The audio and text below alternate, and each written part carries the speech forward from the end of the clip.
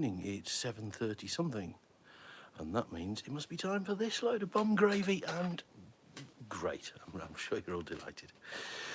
So, is there anybody out there? Is there anybody watching? Or is... Oh God, that's better. Or, you can't all be in Malta, surely. So, if there's anybody there, say hello. Tell us what you're up to. As you'll notice, not a lot's changed. It's dark outside. There's still no curtains on that fucking rail. And, yeah, it's remarkably tedious. I hope you're having more fun. All I've done this week is, on Saturday, I finally, weeks after having it delivered, thought I'll fit that interior fan blower motor thing to the Mercedes, because now is the time of year when you really need a fan to defrost your windscreen and whatnot. So I took it out. Hello, Derek. How you doing, mate? Yes, likewise. I was really hoping to be there this year, but it never happened. Yeah, and I'll tell you what, I'm absolutely pig sick of seeing all the people posting pictures online of how great the racing is and how cool the cars are and how lovely the weather is and how they're all sitting outside a pub having a beer. Well, frankly, the joke's on you, because you are missing the cold, the damp, the drizzle, the bloody wind. So, Hello, Biff. Hello, Mike. Hello, Mike. How you doing, matey? You all right? Yo. All right then, Biff, sod you. Yeah, so, while you're there. Hello, Andy. Are you all right, buddy? Yes, so, yes, much as I wish I was in Malta, I'd even made these sort of vague back of a fag packet plans to go. Because I can't take any time off work, but I do a half day on a Friday. And I'd figured that I finish at 11 o'clock on Friday morning. And there was a flight to Malta at 1 o'clock from Birmingham Airport. You can see how tenuous this plan was. It did require me being at Birmingham Airport inside an hour. And I mean in the terminal. Yeah, it was never going to happen. Good evening, typical. In a minute, late for once, and you've already started. Oh, you haven't missed bugger all, mate. Like I say, all I've been doing is bitching about all my friends who are in Malta. Legs are dropping off due to a 2-day ice hockey skills camp. Good God, that sounds torturous, and not in a good way, eh, Morris? No, he doesn't. Even he doesn't. Although he does like some of the outfits, and yes, he does like a nice hard puck. So yes, anyway, the Mercedes. I'd come to get the new fan out of its box, opened the box, took it out. It was used.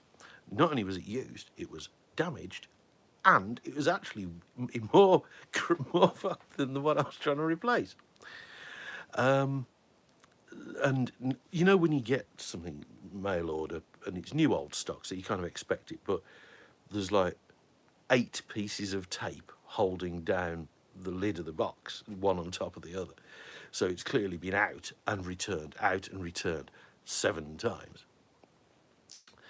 And yeah, it was one of them. So, I mean, I used to work at a motor factors a number of years ago. And the number of factors who, the number of trade customers who would return the old crap in the new box in the hope that we wouldn't look and they get a credit was astronomical. And I suspect that maybe 1 in 50 got through the net. But they would never stop trying it on. And we knew who they were, and we'd tell them, stop doing this, you twat. But no, they would continue to do so. Right, good evening, you lot. Hello, Chris. There's a 400cc V8 in a motorbike in America. It's 100% home built. Who's thought of making a V8 out of 2 small 4-cylinders? People have done it to motorbike engines. Like Hayabusa engines and stuff. None of your 400cc stuff, because that would basically be... That'd be like 8 moped engines. So if it's 2-stroke, it could be interesting. But otherwise, yeah, I've known people do it to big lumps, but never... I mean, I've known people tack 4 Harley V twins together. I say I've known. I've seen news of this happening. And to me, a Harley V twin is inherently imbalanced because there's such a narrow angle of the V. I can't remember what the angle of the V is in a Harley, but it's what makes it sound so bloody awful. So having four of them all plopping away together, no. So it might sound wonderful. It might be like angels singing, but to me, I think it would just sound like a canal boat race. Anyway, hello Ian, how are you doing, matey? How's the bodywork coming along? Not yours, the miners. I was about to say Morris's, but I don't want to know about Morris's bodywork. Thank you very much. I think we'll like two Nissan Micro engines.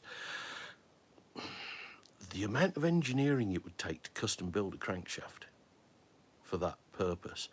Why would you bugger around with Nissan Micro engines? When there are plenty of V8s out there. And if you were going to create, I mean, I can't imagine nobody's tried it with sort of like those Honda K engines, because I should imagine that a V8 version of one of them would be frightening. Was it Benelli that made it a V8? Yes, I think, was it Benelli or Guzzi or whatever? I don't know. Cold and wet stock play at the minute. Oh, you're working outside. So cold, wet and dark. Yeah, winter's wonderful for bodywork, isn't it? Even when, you know, you're inside and you think, yeah, it might be a bit cold for doing painting or something, then you look at your rubbing down bucket and there's bloody ice on it. No, there's not much to sell that to me at the minute. So, anyway, there we go. Plenty of V4 by... Oh, yeah. But I suppose you can nail two V4 engines together.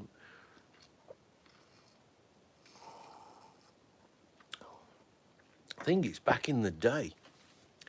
Didn't Formula One have V8 1500cc engines? And making frightening amounts of power. And that would last a race. I mean, I know, you know, you're not exactly going to go down your breaker's yard and get a Formula One engine. But I know they were creating multi-cylinder, small displacement engines that would just rev to the moon. Why didn't Benelli put it in a small car? I think the Benelli one, if it was Benelli, I think you might be right at that. I think it was almost purely for racing. I don't know. I don't know enough about motorbikes, but if it's one I'm thinking of. Hello, Ken. How are you doing, matey? How's things with you? What's new? Oh, congratulations. I believe your Street Weekend feature has appeared in Sick Magazine, which I still haven't subscribed to, and I'll get around to it one day. There you go. If you're wondering what to ask your rallies for Christmas, so that you don't get your usual haul of fecking socks and cartoon ties, I don't know what that noise is. Promise you it's not me. Then how about something like a magazine subscription? Sick Magazine is, I mean, the quality is just incomparable. I mean, I've worked on a couple of UK magazines and it makes them look like absolute bum rags. It really does. I mean, it could be argued that anything that I'd contributed to was inherently a bum rag. But, yeah, Sick Magazine is just awesome. Or Custom Car. Let's face it, we're not exactly suffering from a surfeit of UK rod and custom magazines at the minute. So, maybe Custom Car. Good things. And yes, lifetime goal achieved, even if it's been edited a lot from the original. Did they give you a brief? I mean, did they say we want 1,000 words and you provided them with a thesis? Because I've had that before. I've also done it myself. So yes, F1 had small displacement V8 and V12 motors. Yes, and so it has been done. And I mean, those things used to howl. Didn't they have a rev limit of something like 15,000 revs? Something ridiculous. And that was before turbos came along, I think, wasn't it? Dear Santa, could I please have a Deutz V8 turbo and transmission? I've been good. You've been good. Good grief. You're not going to get a visit from Santa. You deserve to get struck by lightning for that massive whopper. But it's worth a try. that is a level of optimism right up there with the motor traders who send back used crap in new boxes and hope for a refund. All I was told was tell my story. No word count. Oh, right. Just that someone reading needs to feel they were there. Okay. That's a nice open brief, although they are leaving themselves open to theses there. But hey ho.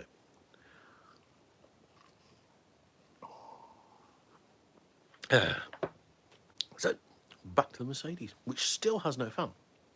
So anyway, I've got it from Death's already tried that one day. He was a bit crap.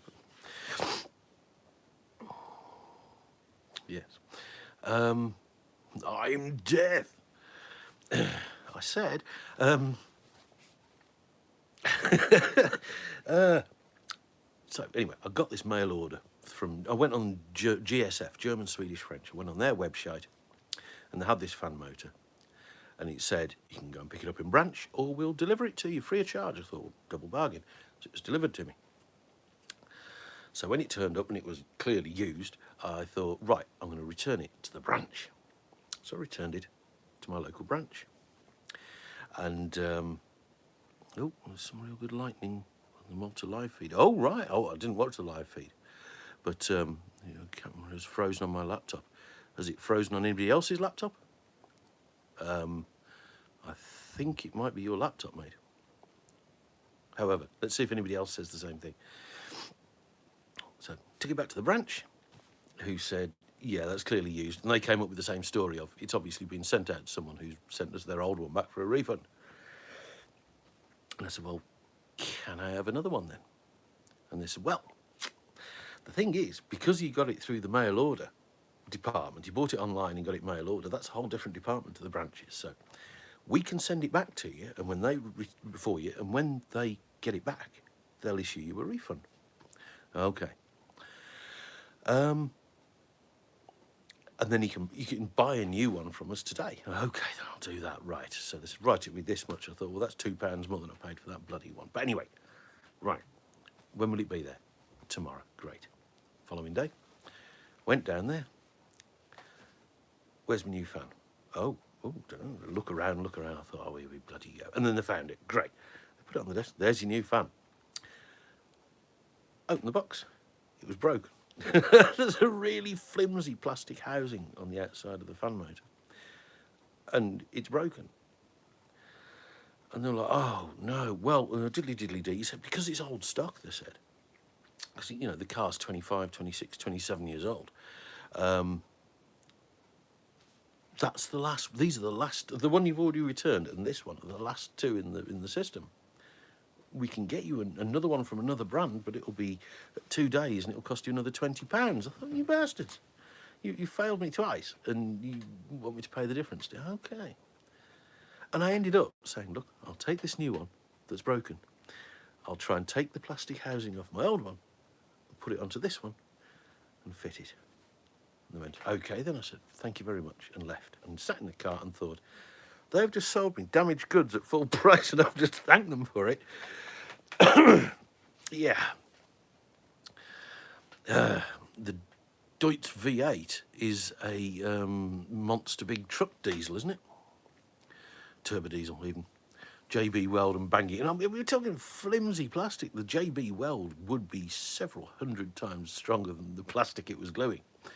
And you know what that means? It just means that the plastic would then break at the edges of the JB Weld, because it just created a new stress point.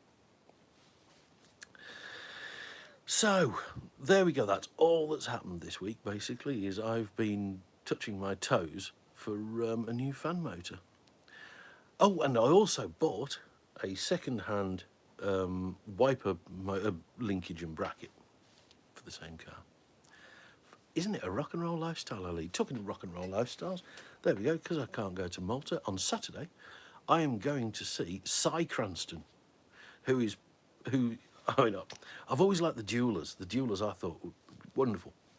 And if you don't know, there's a ska and reggae band, and it was two half-brothers, step-brothers, who did sort of like old ska reggae songs, mostly covers, some originals, all brilliant. And then eventually Si left to do his own thing, and Tiber stayed. Tiber still fronts the Duellers. You may have seen them a few years ago. They played the Saturday night at the Nebworth Supernats, and in my opinion, were brilliant. Best gig I've seen at a car show. In fact, best gig I've seen in years. So do V6, 8, 10s and 12s in the same way as Detroit Diesel used to do it. They used to sell you a diesel engine in multiples of 2 cylinders. Anyway, so Si went off and he still does sort of like ska and reggae and stuff. And he also does old sort of soul and swing and all this. I mean, he plays at Hemsby. He does a gig at Hemsby. He's booked in for Hemsby next year. In fact, if that's your cup of tea, it's in late March. And I heard the same plastic used to make fizzy drinks bottle is excellent for car bodies. Isn't that what they used to make? No, I'm talking out my hat. But I'm sure, yeah, they've managed to frag down plastic drinks bottles and make plastic that's resilient enough to make car panels from. Yeah. What was it they used to make Trabants out of? Which was great and cheap and resilient, but then they discovered that it was completely unrecyclable and there was nothing they could do with it. So, anyway, here's a question, although maybe later. The Beast, nice in silver or shouldn't have changed? I think the new, I mean, it's always going to be tricky. I can't think of the name of the guy who owns it now. It'll never be his car. It will always be John Dodd's car. I mean, fair enough, John Dodd owned it for, what, 50-some years. Well, more than 50, because it started off with that sort of capri body thing, didn't it? Fiberglass or paper mache? I'm not sure what it was. It wasn't fiberglass, because, you know, fiberglass is fairly common. It was some bizarre plastic. Anyway, so John Dodd, he started off with that capri one, and then it had a fire. And he rebuilt it with that sort of beige. It looked like the result of the unholy union of a Reliant scimitar and a bus. It was like a massive scimitar. Trabants are built from a type of resin-infused compressed cardboard. That sounds about right. Yes. And that's it, and I'm sure the resin makes it completely unrecyclable and unbiodegradable and anything. So when you finish with your Trabant, it has to be sort of, they have to jump up and down on it and bury it. BMW i3 interior is made from bamboo. There are there's bits of Ford interiors that are made from dandelions. I think this is done more for nice green right-on press releases than for any practical manufacturing purpose. Ba-doo-ba-doo-ba-doo. Where the tits was I? Okay.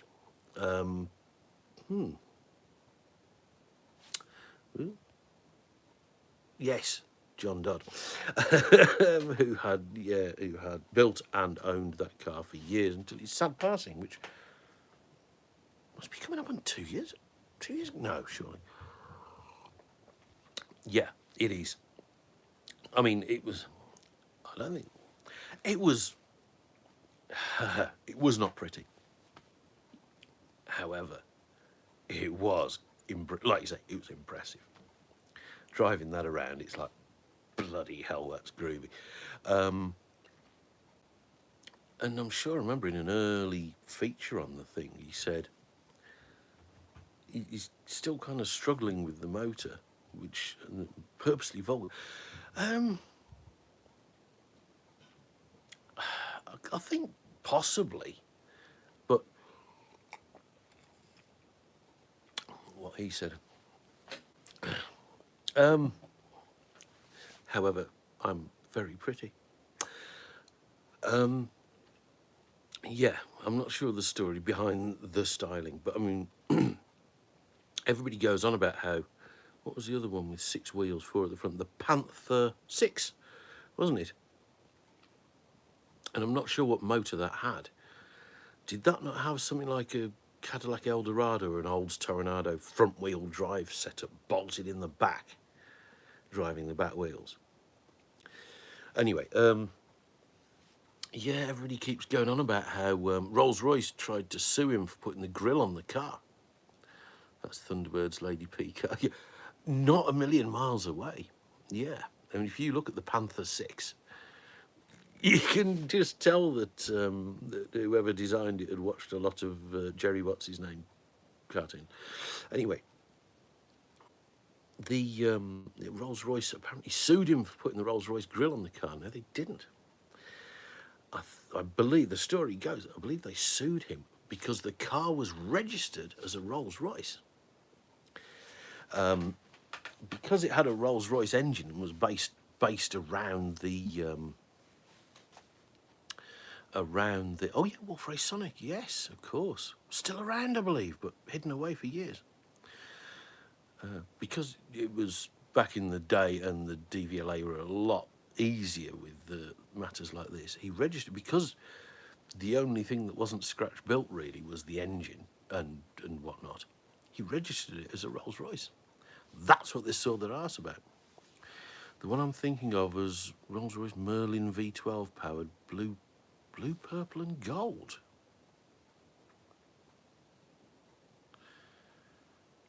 Ooh, no, you've lost me on that one, I'm afraid. No. Nope, you've got me on that. Although blue, purple and gold does sound like the Panther 6, but hasn't a patch on the LDV convoy tractor puller. Now that, see, you can't buy class. LDV tractor pullers, that's the way to do it. Is my commentary on the LDV tractor puller, although it could be just me being purposely vulgar.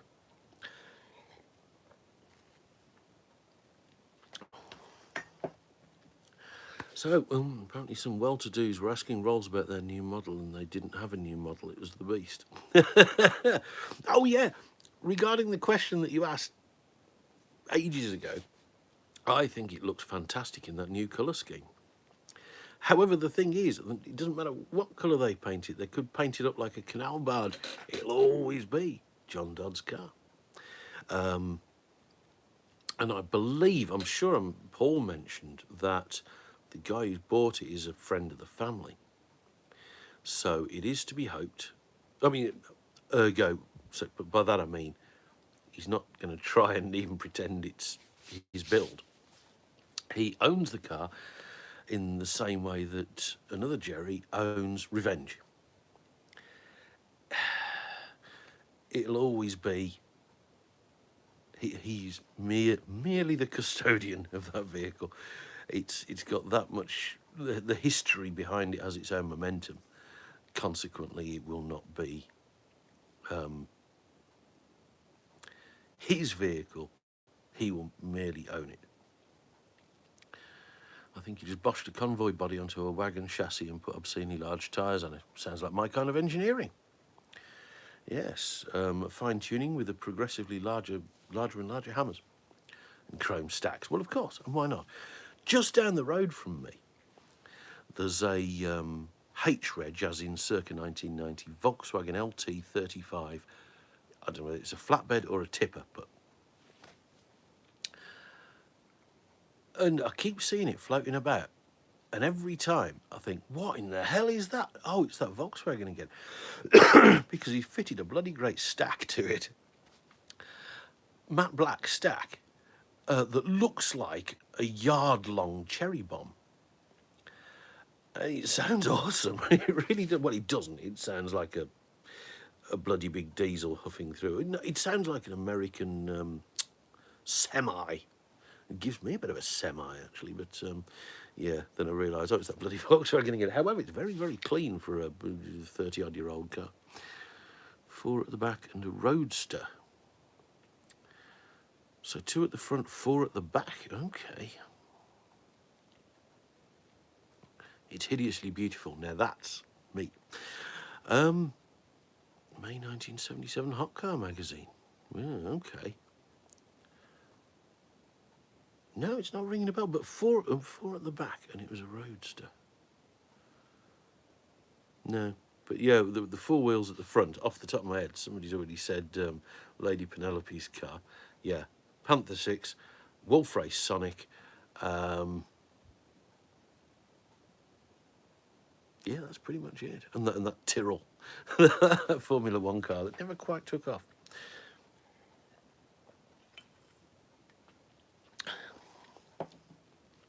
Did it take off, or was it sort of banned? Because nobody had ever thought to put in the rules that all Formula One cars needed to have 4 wheels, no more, no less.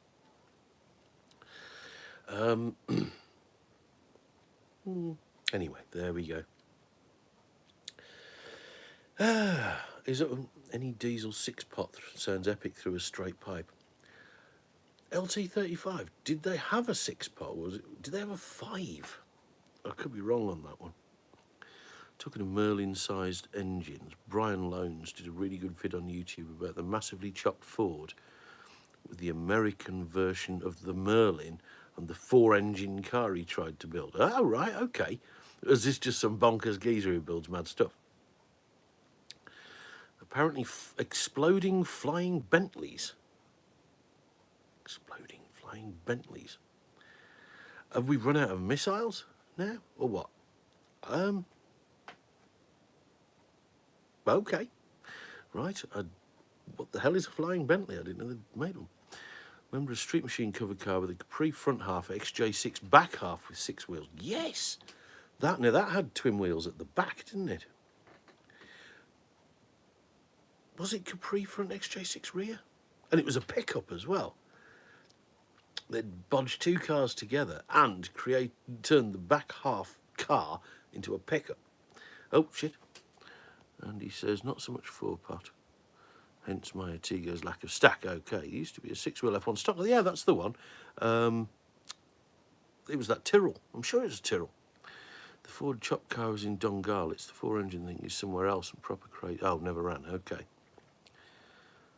They had a little 6-pot, the same one that went in the Volvos. An accident at a border bridge that sounds very weird. Okay. I'm going to have to Google this now because that sounds, surely if you're going to try and jump the border or something crackers like that, you don't do it in a really, really expensive car. Oh, Mike knows. Ben Collins recently drove that Tyrrell. I think I met Ben Collins many, many years ago and he was still kind of unknown. Anyway. Yeah, because I thought the LT35 had... They stuck by petrol engines for a long time, didn't they, Volkswagen? Long after sort of there were anything more than an occasional oddity in anything like the transits or anything. I know CFs were mostly petrol engined up until the very end, but yeah, transits really, really went diesel big time, didn't they? It was a runaway EV car, but I don't think it was. Well, far be it from me. I'll have to look into it now.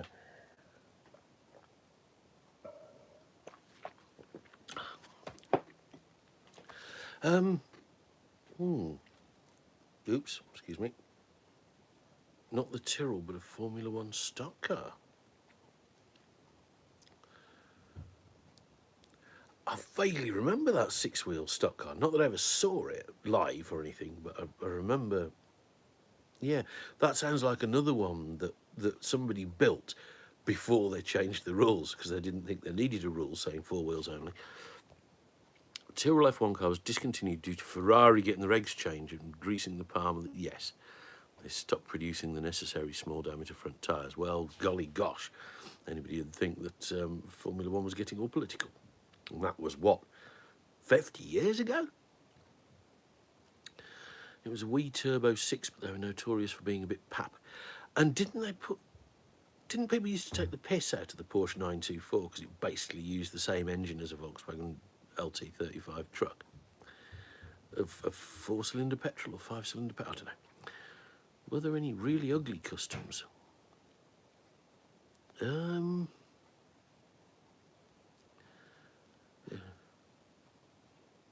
URQ Dave.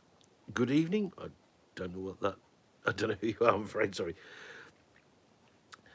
thereby forcing Tyrrell to screw up the aerodynamic advantages of having the tyres out of the airflow. Yes, because they did have, the front wheels were like cart tyres, weren't they? And they were teeny tiny, so they didn't provide a great deal of sort of anything facing the wind, if you will. Really ugly customs. I'm sure there have been many, and I'm sure none of them were built to be deliberately ugly. Either that's just how they turned out, or something. But nobody, I don't think many people will start off a custom and think this is going to be butt ugly. That's what I want to drive. And there have been some that have been so bonkers that Dave, well, hello, matey. Are you all right? From my UR Quattro. Yes, and I think you explained this to me last time, didn't you? And I've forgotten. How are you doing, matey? How's things with you? How's the Volvo coming along? It's like somebody like Paul Bacon.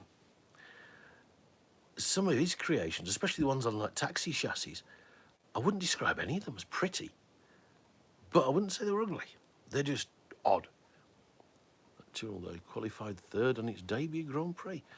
Well, yeah, I mean, it could have been the way forward, but like I say, I didn't know whether it was the regs that had outlawed it. It sounds like cloak and dagger shenanigans to me, rather than rules and regs.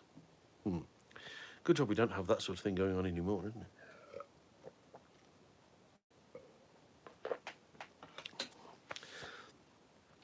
I made the Bronco look angry somewhat intentionally. It didn't exactly look cuddly beforehand.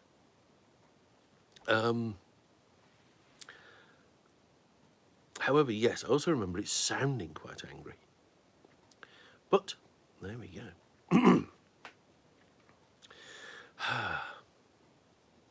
So I'm glad all you guys are here and we're not all in Malta. I don't suppose there is anybody in Malta listening in from Malta, is there? Because if so, what the have you got nothing? Honestly, you're in Malta. Go and enjoy it. Go and enjoy what probably is a pleasantly warm evening. And yeah, you don't want to be listening to this shite. I'm trying to think of other. You know, I say there's been loads of peculiar looking stuff. I mean, look at Ed Roth's stuff. Jesus Christ. Most of that was bonkers. It's a heavy car, though, 4 completely separate front suspensions with a single common anti-roll. A single one? That must have been working hard. I hope you well. Yes, I am indeed. Thank you, mate. Yes, still cracking on with the brick. Just freshening up the motor, moving on to completing the bodywork. Brilliant stuff. Bugger me, as if by magic the shopkeeper appears. I just said, Nick, I don't know if there's anybody watching in from Malta, but surely they must have better things to do than listen to this shit. No, here you are. How are you doing, matey? How's things? How are you enjoying your time? Did you go watch the racing today? Because I know you had a wee drop of rain last night, didn't you? It was brick-nosed, fairly neutral looking. That's what I mean. It never made me think, oh, bless. Didn't get hit by lightning. It looked crazy on the live feed. Yeah, I should imagine that when it hammers with rain on a Mediterranean island, it does not dick around. So, yes, I believe there was racing today. Did you see any of it? Evening from a drunk Malta. I think you might be tarring everybody with the same brush there. I'm sure the whole island isn't drunk, although you never know. It could be.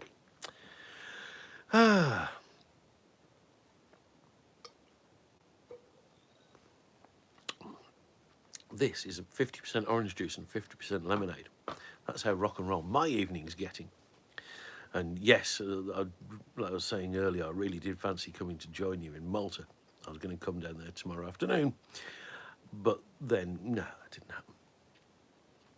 Especially when I realised I was not going to get from North Staffordshire to Birmingham Airport and board a plane with an hour to spare in 2 hours. Can't hear a thing you're saying as the music is loud and the beer is cold and plentiful. There's nothing worth listening to here, mate. There really isn't. So yeah, what you're describing sounds magic. So yeah, I hope Hope you're suitably entertained. Is Nigel with you? Is it just you guys? Are you not? It's not a family vacay. Anyway, there you go. Right, so yes to you, and to everybody else who's out there in Malta, I'd just like to say, you didn't need to hear that. My drink is 50% tonic, 50% gin. Well, as this is orange juice, I can honestly say that it's plant-based and 100% renewable. I suppose you could say the same about gin. There we go. Yeah, so, yeah, gutted. I really would like to go to Malta. I might push the boat out and have a cause. Steady on. I think the best thing to do with cause is to float a boat. Because, is it Coors, you know, this great all-American beer and this, that and the other, and they brew it about 12 miles from here in Burton-on-Trent. There was a mini-based six-wheel kit car that was mainly... Yes, it was a Hustler. Not to be... If you're Googling it, do not confuse it with the Old Gentleman's magazine of the same name. Hot Leaf takes me back to Malta. I've never been. Yeah, there was a Hustler. You could get a four-wheeled version or a six-wheeled version. And I suppose as the Mini, and when they were about, the scrapyards are probably overflowing with Minis, but a rear subframe is just a big dead subframe. It's just a square box thing with a wheel at each side. So it's not exactly a massive leap to create a six-wheeler. Juniper berries count as one of your 5 a day, right? Only if you have enough of them. So I shall leave you to work on that. Yes, Jamie, so yeah, the six-wheel kit, I'm sure it was called a Hustler. There's one, there used to be a cruise breakfast at the brewery in Stone, Staffordshire. And I only went a couple of times because it meant getting up early on a Sunday morning. And the only cause I like is the lead singer. Sat in a real ale pub. Wow, the brew, only 12 beers or so. Oh, a bit of a letdown. Oh, bless. Oh, well, have a really, really good evening, mate. But if you're intending to sample each of those beers and have basically 1.5 gallons of real ale, I think the only thing you'll be posting tomorrow is some liquid shit. Enjoy. Yes, I'm definitely having enough. Jolly good. I find the 5 a day somewhat arbitrary. You've got to have a really easy to grasp concept for a nation who, let's face it, most of them are fucking idiots. Her sisters were easy on the eye too. Yes. Were. Because, I mean, when were they around? I mean, not that I've aged so beautifully. I've aged, you know, I haven't aged like a fine wine. I've aged like a cheese. But, yeah, the Coors must be going back a little way now, mustn't they? So, anyway, yes, to you in the brew, have a really good evening, matey. And I don't see how you could fail to do so. Especially not if it's you and Nigel. That could get messy.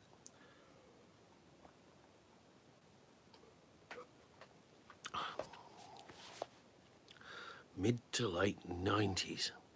Is that when the Coors are around, or are you just guessing my age?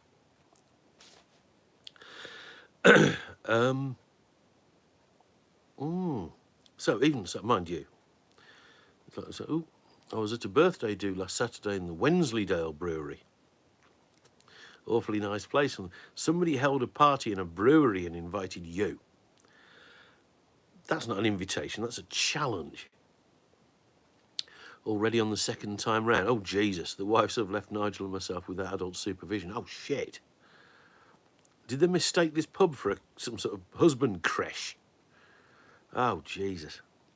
Well, already on the second time round. How? Oh, God, 12 beers and put me in hospital. Face like a roadkill badger. Yes, face like a fisted minge. Yeah. Oh, you'd think Carol and Cheryl would know better. But, hey, make hay while the sun shines, matey. Do they take travellers' checks at the bar? Oh, fantastic. What can I say? They needed an organisational expert. They needed somebody to organise this event they were holding in the brewery. Been here since 4 p.m. Bloody hell. And is the reason you haven't left because you can't? Your legs have just ceased to work. I hope they do table service. I never got into the cause, but I prefer Black Flag. Yes, the people did often confuse Black Flag and the cause canon of work.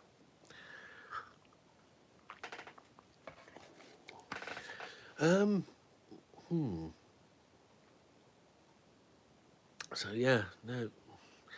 Now all I'm thinking is, I'm sat here and out there. It's cold and dark and dismal and dreary and wet. My friends are sitting in a microbrewery pub in Malta getting shit-faced. And I'm going to go to work for 6 o'clock tomorrow morning. There is something very, very wrong with this picture. Right. Well, you'll have to tell me more because I've got cock all else to tell you. It has been very dull. It's been very quiet.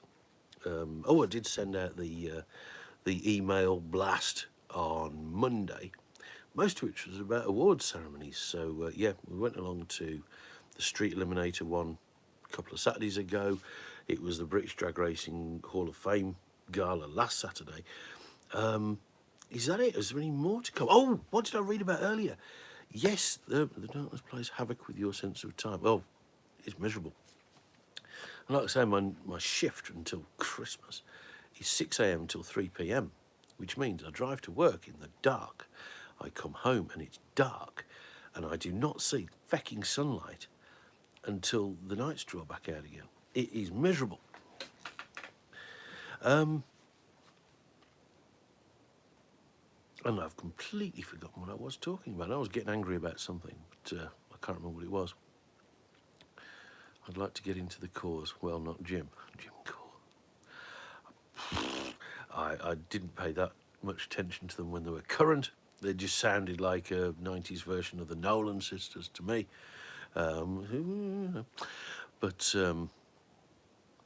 yeah, no, I'll give that a miss.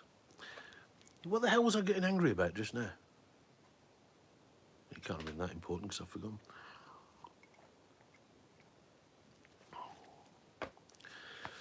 So, yep, right, well, like I say, I've got nothing. So you're delighted to hear my phone battery's low, so I must bugger off now. Fair enough. Who will derail my train of thought now? Although I don't seem to need any help in that respect. I bet he would watch though. Oh, crikey, Riley. Award ceremonies. Yes, that's what I wasn't getting angry. I was getting, whoa. Did you know that there is it this weekend? There's an awards ceremony held every year at the Royal Automobile Club building in Pall Mall. And it's for, awards for people who've written great books and whatnot, and held great events and done great things in the world of motorsport, especially historical motorsport. Did you know that there's 3 nominees, I think, for the best historic motorsport event? One of them is nominees is Castle Combe. The other one is Brands Hatch. The third one is the VHRA event at Pendine Sands. Are being nominated for one of the RAC's historic motorsport trophies. Isn't that great? If nothing else, it shows that people are paying attention. Yes, Pendine Beach Race. The VHRA event that they hold there every year. I know that's not even the only event that happens on Pendine Sands, but, well, this lot have a lot of work to do to reach my level of shithousery. They do. You really are a shining beacon of shithousery, for which I thank you. So, best of luck. Yeah, isn't that great? The Pendine, I don't know whether it's Pendine or Pendine or whatever, the beach in Wales. Yeah, they've been nominated for this Historic Motorsports Event Award. Good luck to them. Bloody marvellous. And like I said, when you're up against Castle Combe and Brands Hatch, when you've got, Mr. Palmer and his shower of employees on one hand organising an event, and a bunch of bloody hot rodders organising something in their spare time. And the events come out, both of them turn out to be possibly award-winning events. You've got to figure that they're doing something right. Well done to the lot of them. In fact, well done to Castle Combe and Brands Hatch. Thank you for putting on these events. They do organise some fantastic events. One does what one can. Yes, you never stop giving. You're a very giving person. What, Morris? No. I know what you mean, and you can put that away. I'm not giving him that. Evening, Tony. How are you doing, matey? What's new with you? There's something very similar held in France on the D-Day beach in Normandy, is there? And in Denmark. Okay, right. Okay. Well, in that case, I hope their equivalent of the RAC takes note of their achievements. Omaha Beach. Could be, I suppose. Yeah. And he put a good TV question up the other day, reminding me of Full Custom Garage. I've not... Do you know what? I don't watch TV anymore. I still have 3 episodes of the last series of Street Outlaws I've yet to watch that were recorded in August.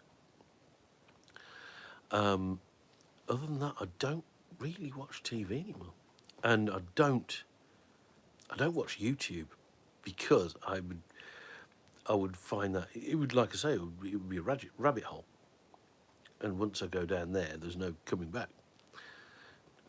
So yeah, people keep saying, oh, you should watch Full Custom Garage, you should watch Vice Grip Garage, you should watch Roadkill, you should watch this, you should watch that. No, there's simply not enough hours in the day, and much as I'd love to, especially if it's something that's fairly... If it's in a 15-minute chunk, basically something you can watch while you're parking your breakfast, which is about the only time I get any peace and quiet anyway.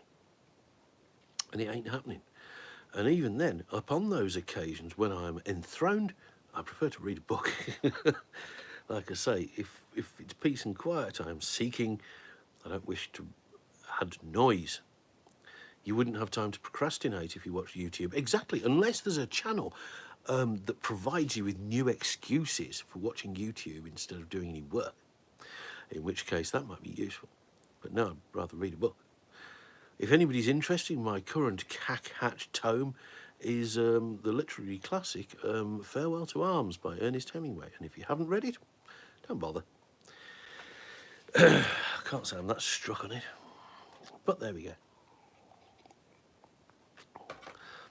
Vice Grip is dangerous, very good, but always over an hour per go. But there you go, that's the thing. The car guy's Bob Ross. I'm having that. Yes, that is a good analogy. Not a lot getting ready to pull things to bits. Oh, wow, okay. I thought you'd only not long got them back together. I take it this is just a refresh rather than a repair. And actually, you did mention this to me when I saw you the other week, I think, yes. But that is good stuff. So, brilliant. Yeah, new bits, shiny. Oh, nice. Yeah, fantastic stuff. So, even more bonkers over winter then. Tremendous.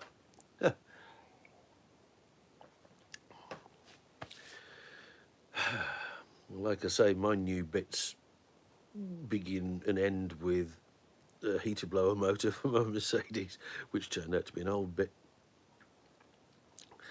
Oh yeah, I still haven't fixed my dash gauges, but they can wait. I find that there's one good thing I can say on my way to work and on my way back. Radio and YouTube for entertainment. This is it. I don't have time to sit and watch YouTube. And the radio in the Mercedes doesn't work. It's got a Sony head unit in it, and the radio doesn't work. The one thing in there with no moving parts to fail has failed. Anyway, leave that flipping car alone, Higgs. I'm intrigued though. The Toledo, yeah, I haven't touched that in months. All that is doing is occupying a huge amount of space in the dry garage, so that anything I do have to do on the Mercedes, for instance, I have to do outside in the pissing rain. I bought new bits sort of last week too, a reciprocating saw and a cordless pressure washer. What are you going to do, put them both in a room and let them fight it out or something? So I think that'd be worth seeing, actually. Yeah, in fact, that was an old Stephen Wright joke, wasn't it? So I bought a humidifier and a dehumidifier and I just put them in a room and let them fight it out. The Fiesta, which is still going great guns daily driver duty, after that slight incident a couple of weeks ago, it's now just plodding along nicely. I have to do mine outside too. Oh, crap! I thought you had always the garage full of foxiness. Cordless pressure washer, does it have? Yeah, Bluetooth water. It says a cordless pressure washer. What it actually is a massive funnel, and you can only use the machine when it's raining. Yeah. So yeah, Toledo, the Blue Mustang is now just sat under its tree collecting pigeon shit and dead leaves. A bucket works. Yes, said son's car is in there. Ah, right, okay. Oh, he's got a good deal then. So he's got his old Ford in your garage and your Capri is out on the drive. Good going, lad. Well done. Talking of which, yeah, I was speaking to you about Andy's Fox. That sounds like it's going to be mighty cool. And yeah, I'm sorry. I know you spent ages the other week talking about how easy it is to make fiberglass panels, and I'm just thinking, no, I would make such a mighty arse of that. Plus, I've got really very bad skin, and things like fiberglass really fuck me up. However, the idea appeals. I'm sure my execution would look like basically I'd fired fiberglass into a mould from a catapult. But there we go. And back in the day, I remember, if you fitted fiberglass panels to your car, it was a cheap bodge job. And now, I mean, I don't mean race cars, I mean road cars. And now, it's like, as we mentioned, the Toledo, the Triumph Dolomite Owners Club has fiberglass front wings made, because now a pattern new old stock front wing for a Dolomite is many hundreds of pounds. An OE, stand part front wing for a Triumph Dolomite new old stock is probably into 4 figures. And the club have started having fiberglass ones made, and by all accounts, they're really bloody good. There's no monster silly panel gaps. There's no ripples in them, so they look like a ploughed field. And yet, back in the day, a fiberglass replacement panel was a bit shonky, wasn't it? A bit half a job. Looks like it's come on a long way. I don't know whether the technology or the techniques have changed much over the years. But yeah, by all accounts now, fiberglass panels are not the poor relation. Anyway, there you go. That's another of my worthless opinions. I am going to bugger off very shortly because I've finished my orange juice and I've almost finished my brew. And fiberglass panels about. I think they were just like the cheap shonky alternative, and I don't think a great deal of what were you going to take the mould off of an original panel mainly. That's assuming that whoever was taking the mould used an original panel and not a pattern panel. In which case, if they took the mould off the pattern panel, then the fiberglass part would have the pattern panels poor fit, with more faults added. And I think they were just like, make them thin, churn them out, sell them cheap. But, I mean, this is in the days when, you know, front wings and certain cars, bonnets, I mean, like Bedford CF bonnets. There was a front lip of the Bedford CF bonnet trapped water and shite a treat, and they just rotted for fun.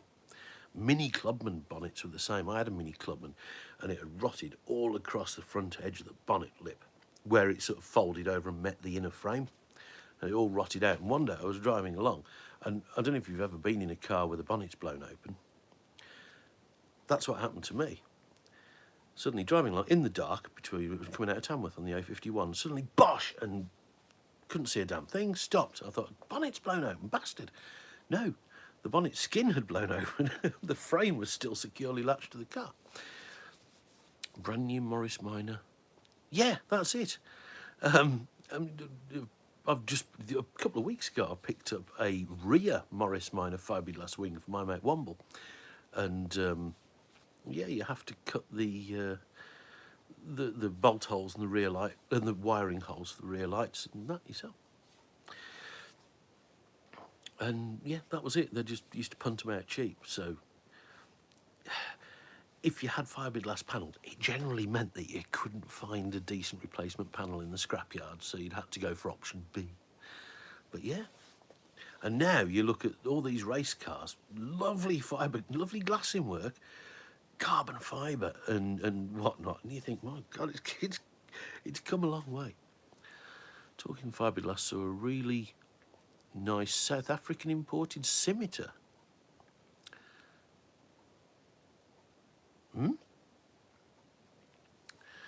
3.4 Essex. What do you do to an Essex to get it to 3.4?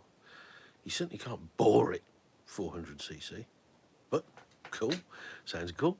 I've always liked scimitars, I really have. The early ones were kind of saucy, but I'd still like the sort of the GTE shape, and would happily drive one. They used to be still, up until like a year or two ago, you still used to be able to get them dirt cheap, and now it's very rare to find one as low as £1,000. But yeah, I remember, I think it was right up until lockdown, you could still pick up a scimitar for 300-400 quid. But there we go. But why? They were made in Tamworth. I was just talking about Tamworth. They were made about 15 miles from where I was sitting. Why bother bringing one all the way back from South Africa? Anyway, whatever. That 3.4 badge made me have to ask, yes, cool. Okay, fair enough. There was a scimitar next to me in the pits at Street Weekend. I can't remember the guy's name, but that had a 302 in it, and I thought that was yummy. And it didn't have to get a shift on. Reliant Robin engine, basically Triumph Herald unit. No, it was, I think if anything, it owed more to the old Austin 7 unit. It was old. That engine was old. But the thing is, what it was punting along was a couple of 100 kilos of fiberglass Reliant. Even 30 horsepower was plenty. You know, I mean, it was never going to set the world on fire, but you didn't really want that much power in a three-wheeler. Mate's dad had a similar ragtop scimitar GTC, I think. Wasn't it? Wasn't it the GTC? With a Rover V8 and Sierra Cosworth front bumper. Okay, the Rover V8 I can go with. Cosworth front bumper? Not sold on that. But thinking about it, maybe the engine was from South Africa and the car wasn't there. That's possible. That's plausible enough. But that's the thing, is with the scimitar, the engine is quite a way back in the bay. And I mean, the Essex V6 is only a short unit anyway. And it's quite a way back in the bay. It's basically, you know, you think of the length of the nose, it's like a Capri. Long nose, fairly short engine. I mean, they used to put the bloody spare tyre in the front, didn't they? Or was that the Zephyr? Was it the Scimitar as well? I don't know. But yeah, I mean, I've seen a lot of engines in Scimitars. There was one at Retro Rides, and it had a Vauxhall 3-litre V6 out of an Omega. That got a wriggle on as well. Maybe a GTC, but the bumper did look a bit, yeah, like I say, I can't say I'm sold on the bumper bit. Electric overdrive switch, yes, the old Laycock overdrive, now sold as a gear vendor's overdrive, put behind silly horsepower V8s. Used to be found behind Triumph Spitfires and Reliant Scimitars. But hey ho. Right, yes, anyway, all of that tripe. Anybody else got anything to add? Because I'm going to bugger off else. I can't think for the life of me that there's much going on this weekend. Oh yes, there's Spitfire Raceway this Saturday. That's the last one of the year. So if you miss it, you've missed out. There's that auto jumble thing going on at Huddersfield. I've never been there. So yes, whatever you're doing, even if it's nothing, enjoy it and do it safely. Like I say, if you happen to fancy Cy Cranston on Saturday night, I'll be there on my own. So can the end of March come sooner, please? Want to get back to the park? I know. There's a lot of winter staring at us. So let's see if we can get through it as quickly as possible.